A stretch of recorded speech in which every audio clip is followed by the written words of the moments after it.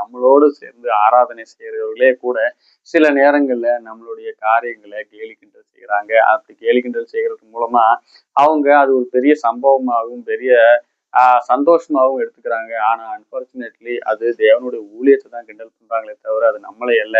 இதுல சங்கடப்படுகிற பலரும் தாங்கள் செய்கிற ஊழியத்தை அப்படியே நிறுத்துறவர்களும் இருக்கிறாங்க. இதுல விசுவாசிங்கன்னு மட்டும் கிடையாது, ஊழியர்களும் அடங்கும். சில இதெல்லாம் ஒரு ஊழியமா, இது உருக்குலைஞ்சு உடைஞ்சு விழுந்து விடும், இது ஒண்ணும் இல்லாமல் போய்விடும் அப்படின்னு பேசுறவர்கள் நிறைய பேர் இருக்காங்க.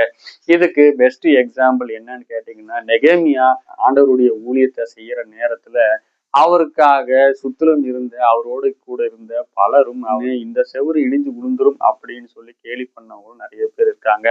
அவர்கள் யாரையுமே இவங்களை கூட கூப்பிட்டுக்கல அப்படிங்கிறது தான் ஒரே ஒரு காரணம் தான் இந்த நெகேமியாவுக்கு எதிராக நின்ன விஷயங்கள். ஆனால் நெகேமியா கடைசி வரைக்கும், ஆண்டவரே நான் உம்முடைய ஊழியத்தை செய்யறேன், இவங்க யாரு என்ன சொன்னாலும் நான் கர்த்தருக்காக செய்வேன் அப்படின்னு விடாப்பிடியாக நின்று அந்த ஊழியத்தை செய்த போது கடைசியாக அவர்கள் தங்களது கோபத்தை காட்டுறதுக்காக இம்மீடியட்டா படையெடுத்து வந்ததாகவும் நம்ம பின் வசனங்கள்ல வாசிக்க முடியுது.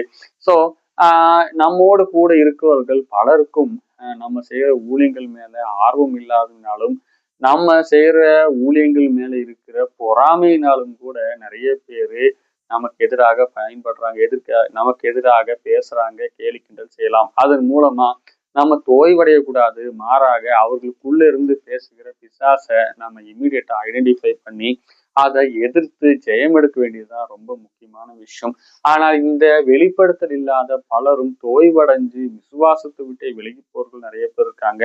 ஆண்டவர் தந்த மிகப்பெரிய ஊழியத்தை விட்டு விலகுறவர்கள் நிறைய பேர் இருக்காங்க. இன்னும் சொல்ல போனா இந்த கேலி கிண்டல் செய்யறவங்களுக்கே இது பிசாசுடைய ஆலோசனை, நம்ம தேவனுடைய ஊழியத்துக்கு எதிராக தான் பேசிக்கிட்டு இருக்கிறோன்னு கூட விளங்காம சொல்ற ஆட்களும் நிறைய பேர் இருக்காங்க. நெகேமியாவின் சம்பவத்துல நம்ம பார்க்கும்போது தேவனுடைய ஊழியத்தை செய்த ஒரு ஆசாரியன் கூட நெகேமியாவுக்கு எதிராக மறைமுகமாக தந்திரமாக செய்ததாகவும் செயல்பட்டதாகவும் நம்ம வாசிக்க முடியுது. நெகேமியா அதை சரியாக கண்டுபிடித்து அது ஆண்டவருடைய ஆலோசனை அல்ல அப்படின்னு கண்டுபிடித்து அவர்கிட்ட அவர் விலகி இருந்தனால தன் ஜீவனம் மட்டுமல்ல அந்த பணிகளையும் சரியாக செய்து முடித்து ஆண்டவருக்காக எழும்பி பிரகாசித்தார் நெகேமியா. கர்த்தருடைய ஊழியத்திலிருந்து நமக்கு கிடைக்க வேண்டிய மிகப்பெரிய ஸ்லாக்கியமான பாக்கியமான காரியங்கள் நம்ம இழந்துருவோமே தவிர இந்த சொல்லக்கூடிய நம்மளை சுற்றிலும் இருந்து கேலி கிண்டல் செய்யக்கூடிய ஆட்களுக்கோ அல்லது எந்த ஊழியர்களுக்கோ அது நஷ்டமாக அமையாது.